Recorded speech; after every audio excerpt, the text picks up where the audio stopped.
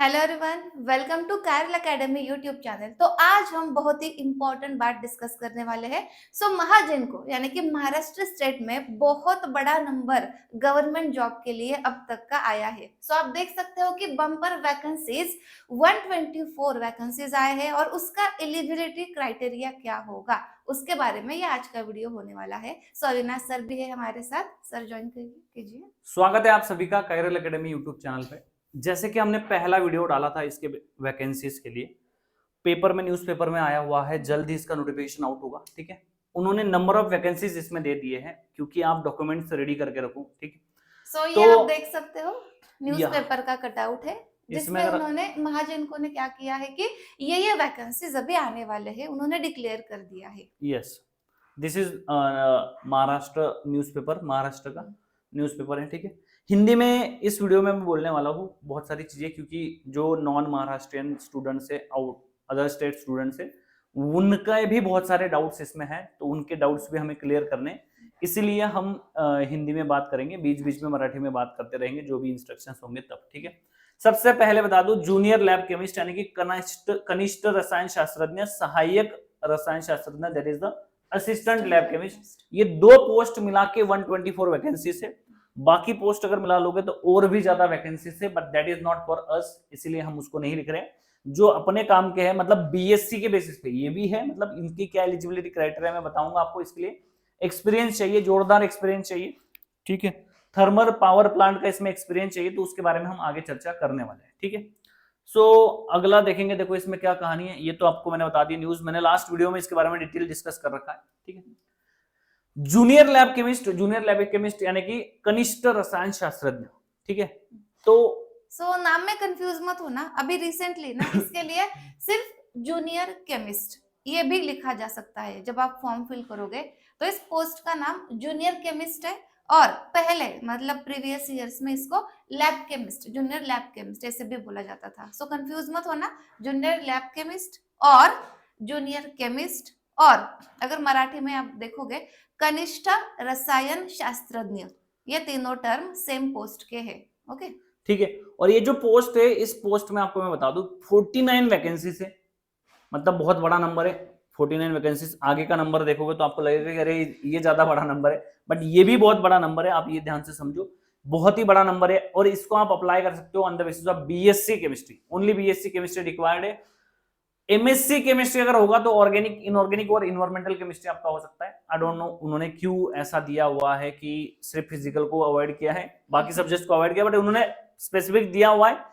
This information on the basis of last advertisement, जो 2019 में advertisement आया था उसके बेसिस पे हम ये इंफॉर्मेशन दे रहे हैं। ठीक है, तो बीएससी केमिस्ट्री के बेसिस पे आप अप्लाई कर सकते हो, और आप MSc chemistry in organic, inorganic, organic और इन्वायरमेंटल केमिस्ट्री में अगर होगा तो आप दे सकते हो। तो फिजिकल केमिस्ट्री वाले क्या करें, तो फिजिकल केमिस्ट्री वाले बहुत सिंपल बात है, बीएससी केमिस्ट्री के बेसिस पे आप अप्लाई करना है। ठीक है, नेक्स्ट सर, हम अपीयरिंग में हम किस पोस्ट के लिए वैलिड होते हैं, ऐसा क्वेश्चन पूछा हुआ है। तो आप इस पोस्ट के लिए वैलिड होते हो अगर आप एमएससी में हो, क्योंकि आपका बीएससी तो हो चुका है, बीएससी अगर हो चुका है तो आप बीएससी का सर्टिफिकेट लगा के डायरेक्ट इसमें अप्लाई कर सकते हो, और इसमें कोई भी एक्सपीरियंस नीड नहीं है, किसी भी एक्सपीरियंस की यहाँ पे नीड नहीं है, तो आप डायरेक्ट अप्लाई कर सकते हैं। बहुत एक दो बच्चों का मुझे ये भी क्वेश्चन आया टेलीग्राम चैनल में, टेलीग्राम ग्रुप में हमारा डिस्कशन चल रहा है, बहुत ही जोरदार वहां पे क्वेश्चन बच्चे पूछ रहे हैं। तो एक दो बच्चे का एक क्वेश्चन, सर हम बीएससी थर्ड ईयर में क्या हम अप्लाई कर सकते हैं? हम इसके बारे में कुछ भी नहीं बता सकते, बट जो प्रीवियस ट्रैक रिकॉर्ड है, जो लास्ट ईयर्स का इस एग्जाम का, इस पोस्ट के लिए जो ट्रैक रिकॉर्ड है वो ऐसा होता है, जो बीएससी के बेसिस पे जो एग्जाम होती है दैट इज, वो आपका क्या होना चाहिए, वहां पे बीएससी कंप्लीट होना चाहिए, और जो एमएससी के बेसिस पे जो एग्जाम होती है उसमें एमएससी कंप्लीट होना चाहिए। बट अगर आप बीएससी थर्ड ईयर में हो तो पता नहीं इसके ऐड आने में कितना समय है, जल्दी, उन्होंने तो वैसे बोला है जल्दी आपके आएगी। जनरली मैंने जिन एक्सपर्ट्स से, मतलब जो लोग वहां पे ऑलरेडी काम करते हैं, उनका ऐसा कहना था कि एक दो वीक के अंदर आ जाएगी। बट अगर एक दो वीक के अंदर आ जाती है, आप बीएससी थर्ड ईयर में हो तो आप अप्लाई नहीं कर सकते, बट अगर इसको डिले हुआ, आपका बीएससी कंप्लीट हो गया तब तक, तब आप फिर अप्लाई कर सकते हो। ठीक है, so this is the criteria for junior lab chemist post. Next, अगर आप बात करोगे असिस्टेंट लैब केमिस्ट के बारे में, जो एमएससी कर रहे हैं स्टूडेंट, उनके लिए बहुत ही बेहतरीन मौका है, एमएससी कर हो चुका है जिनका।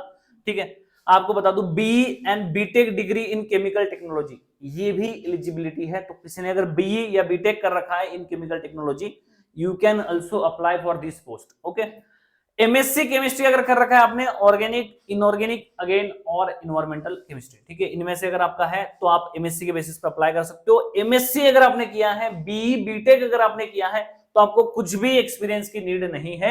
75 पोस्ट बहुत ही ज्यादा है। जब 2019 में इसका एडवर्टाइजमेंट आया था, उससे पहले जब एडवर्टाइजमेंट आया था, मैंने जितना सुना है उसके अकॉर्डिंग कभी भी 30-40 से ऊपर नहीं गया है नंबर, और इस बार डायरेक्टली 75 वैकेंसी से। तो this is the biggest opportunity. ना कोई नेट क्वालिफाइड होना चाहिए, ना कोई गेट क्वालिफाइड होना चाहिए, कुछ भी क्वालिफाइड नहीं है, बस इस एग्जाम का स्टडी कर लो, आप सबसे आगे निकल जाओगे। ठीक है, गवर्नमेंट जॉब का इंपॉर्टेंस पता है ना बेटा, ठीक है, तो पढ़ाई उस हिसाब से करनी है। ठीक यहाँ है, पे बीएससी वालों को 3 ईयर एक्सपीरियंस है ना सर? बीएससी वालों के लिए आ रहा हूं मैं यहाँ पे। बीएससी केमिस्ट्री अगर आपने किया हुआ है, इस पोस्ट के लिए अगर आप अप्लाई करते हो असिस्टेंट लैब केमिस्ट, तो आपको मैं बता दूं आपके पास 3 इयर्स ऑफ एक्सपीरियंस होना चाहिए थर्मल पावर स्टेशन में, वो भी 210 मेगावाट के ऊपर वाले प्लांट में। ठीक है, और जो पे स्केल होना चाहिए, experience must be align with Mahajan को पे स्केल। ठीक है, आप ये बात ध्यान समझो कि जो यहाँ पे 3 साल काम कर रहा है महाजन को में, उसका पे स्केल है और किसी और जगह का पे स्केल है, अगर आपका कम होगा तो आप अप्लाई नहीं कर सकते। उससे उतना होना चाहिए एटलीस्ट, उससे ज्यादा में आपने काम किया होना चाहिए, 3 साल आपका एक्सपीरियंस होना चाहिए। ठीक है, तो ये आपकी कंडीशन है बीएससी केमिस्ट्री के बाद for assistant lab chemist. Next हमारा है डेप्यूटी एग्जीक्यूटिव केमिस्ट। मैम आप इसके बारे में बताइए जरा, डेप्यूटी एग्जीक्यूटिव केमिस्ट के बारे में। देखो, इसका पहले तो नाम है उप कार्यकारी रसायन शास्त्रज्ञ, मराठीमध्ये. ऐसे मराठी में इसे बोलते हैं, उप कार्यकारी रसायन नाही, शास्त्रज्ञ. मला असं वाटतं मॅडम, महाराष्ट्रातील जे स्टुडंट आहे ना, त्यांना पण एवढ्या पोस्टचे नाव मराठीत माहिती नसतील. म्हणजे माहिती असले पाहिजे तुम्हाला, आता पुढे जर याच्या सायंटिस्ट बनायचे तुम्हाला माहिती असलं पाहिजे, बट आपण जर इंग्लिश मध्ये पण बोललो तरी त्यांना काही प्रॉब्लेम नाहीये, मराठीत बोललो तरी काही प्रॉब्लेम नाही. सो डेप्यूटी एग्जीक्यूटिव केमिस्ट, फिर इसके बाद जो पोस्ट आएगी that is additional executive chemist, और फिर लास्ट में जो आएगी एग्जीक्यूटिव केमिस्ट. ठीक है, तो वो बहुत ज्यादा उसका एक्सपीरियंस है, तो उसको हमारे नीड. तो ये 3 पोस्ट ना उनके लिए है जिनका ऑलरेडी एक्सपीरियंस है काम करने का। मतलब पहले वाले जो 2 पोस्ट हमने डिस्कस किए थे, एक तो जूनियर लैब केमिस्ट का था और दूसरा असिस्टेंट लैब केमिस्ट का था। ऑलरेडी जो उस पोस्ट पे है महाजिनको में, उनको एक्सपीरियंस है, उनके लिए ये आगे के 3 पोस्ट है। नहीं, ऐसे कोई कंपलसरी नहीं है कि महाजन को में ही होना चाहिए, राइट। बट अगर आपका क्या होता है ना, महाजन को में नहीं है, समझो थर्मल पावर स्टेशन में दूसरा कोई कोई थर्मल पावर बट स्टेशन है उसका और पे स्केल मैच करना same चाहिए, होना चाहिए। पे स्केल मैच करना चाहिए, 3 इयर्स ऑफ एक्सपीरियंस होना चाहिए। ठीक है, थर्मल पावर स्टेशन में 210 मेगावाट से ज्यादा उसका ये होना चाहिए, पावर स्टेशन होना चाहिए। ठीक है, MSc chemistry, organic, inorganic, environmental, BE, BTech, chemical technology, same कहानी यहाँ पे है। ये होने के बाद एडिशनल चीजें है ये, तो एडिशनल को मैं स्टार लगा देता हूँ, इसकी भी आपको पीडीएफ मिलेगी, एज वेल एज एक दूसरी पीडीएफ हम बनाने वाले जो टेलीग्राम ग्रुप में डाल देंगे एलिजिबिलिटी की डिटेल, तो वो भी आप देख सकते हो। ठीक है, deputy executive chemist on the basis of BSc.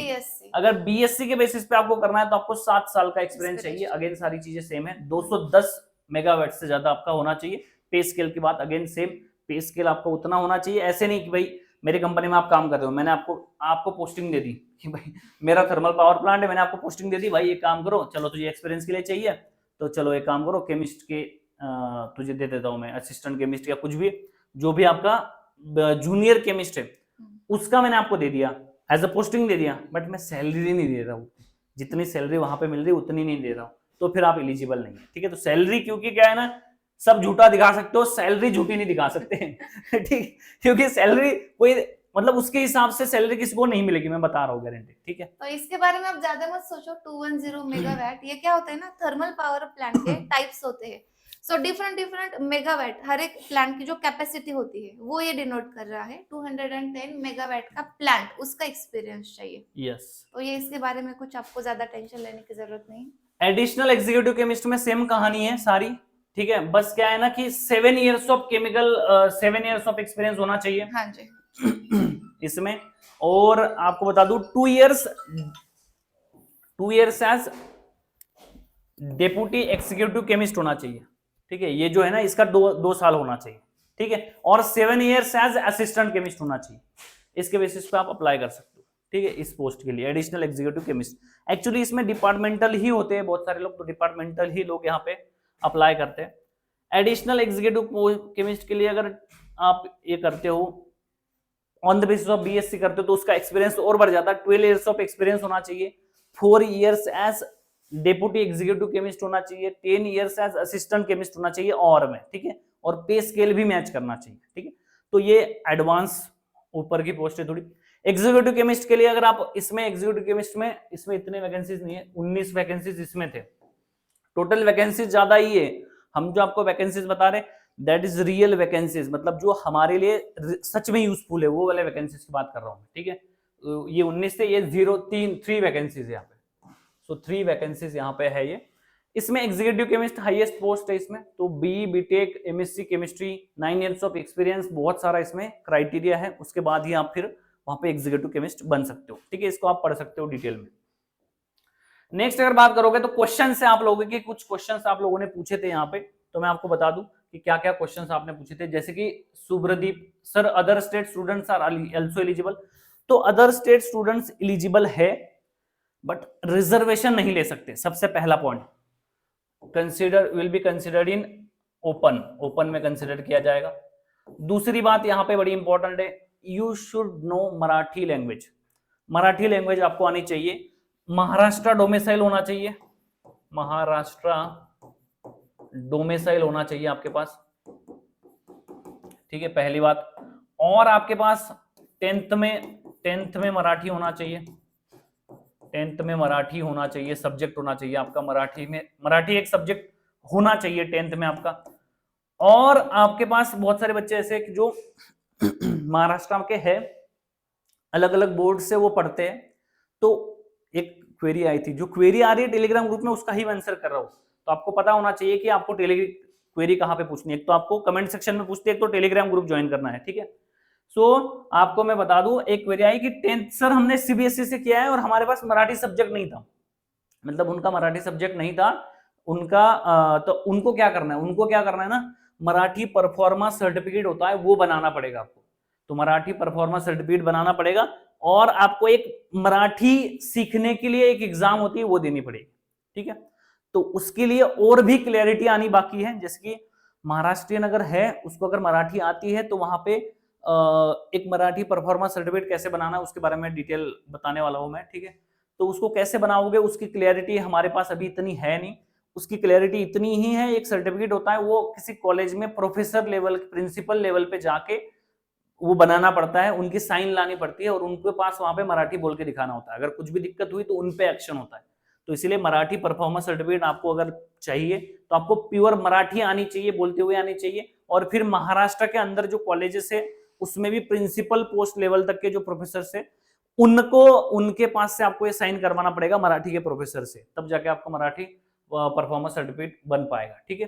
तो ये होना चाहिए, ये होना चाहिए। और इसके साथ क्या कॉम्बिनेशन है अभी और क्लैरिटी इसमें नहीं है, एडवर्टाइजमेंट जब आएगी और आपको पता चलेगा। बट मुझे ऐसा लगता है कि ओपन में आप लोग अप्लाई कर सकते हो, but you required, you need to understand Marathi, बोलते भी आना चाहिए और आपको समझते भी आना चाहिए मराठी, इसके लिए ये कंडीशन है। तो बहुत ज्यादा कंडीशन है इसमें, क्योंकि ज्यादा लोग बाहर से अप्लाई नहीं कर पाए, प्रोबेबिलिटी मुझे ऐसा लगता है ऐसी कंडीशन इसीलिए है। बहुत सारे जो काम होते हैं ना इसमें, जैसे मेरे दोस्त यहाँ पे ऑलरेडी वर्किंग है तो वो बताते हैं कि मराठी में ही होते हैं बहुत सारे नोटिफिकेशंस, तो इसलिए मराठी लैंग्वेज प्राइमरीली आनी चाहिए आपको, इसीलिए सारे कंडिशन्स है, ठीक है। हॅलो सर, ओपन मध्ये फॉर्म भरला तर कोणते डॉक्युमेंट्सची गरज असते का? ठीक आहे, तर ओपन मध्ये जर तुम्ही फॉर्म भरत आहात तर तुमचे बेसिक डॉक्युमेंट्स पाहिजे, ठीक आहे। कास्टशी रिलेटेड जर रिझर्वेशन, ज्याच्यातून तुम्ही रिझर्वेशन घेणार आहे ते डॉक्युमेंट नको असतात, फक्त कास्ट सर्टिफिकेट वगैरे ते नको असतं, व्हॅलिडिटी वगैरे लागणार नाही तुम्हाला, बाकी सगळे MSc BSc certificate 10th 12th Marathi सगळ्या गोष्टी तुम्हाला आल्या पाहिजे, ठीक है, दैट्स ऑल। पीस ने कमेंट पूछा था भाई, जो हम ढूंढते हैं पीस, वही पीस है ये, हमारे टेलीग्राम चैनल में मिलेगा आपको, ठीक है। हाँ sir, I am having Maharashtra domicile but completed my education from CBSE board, as you know there is no Marathi language in there CBSE board, am I eligible? तो मराठी लैंग्वेज होती है सीबीएसई बोर्ड में भी, और सब्जेक्ट आपने लिया नहीं होगा, पहले मैं आपको बता देता हूँ, आई डोंट नो, मैं सीबीएसई वाला नहीं हूँ, मराठी वाला हूँ, मुझे पता नहीं होगा, बट मुझे लगता है कि मराठी होती है, बट वो चॉइस होता है आपके पास शायद कि ये लेना है ये वो लेना है, तो मराठी होती है, मुझे ऐसा लगता है। सो आपके पास मैंने जो बताई कंडीशन अभी कि आपको मराठी परफॉर्मेंस सर्टिफिकेट आपको अप्लाई करना पड़ेगा, ठीक है, वहां पे आपको देखना पड़ेगा, और डोमिसाइल ऑफ महाराष्ट्र चाहिए होगा और मराठी परफॉर्मेंस सर्टिफिकेट चाहिए होगा, आप अप्लाई कर पाओगे, मुझे ऐसा लगता है, ठीक है।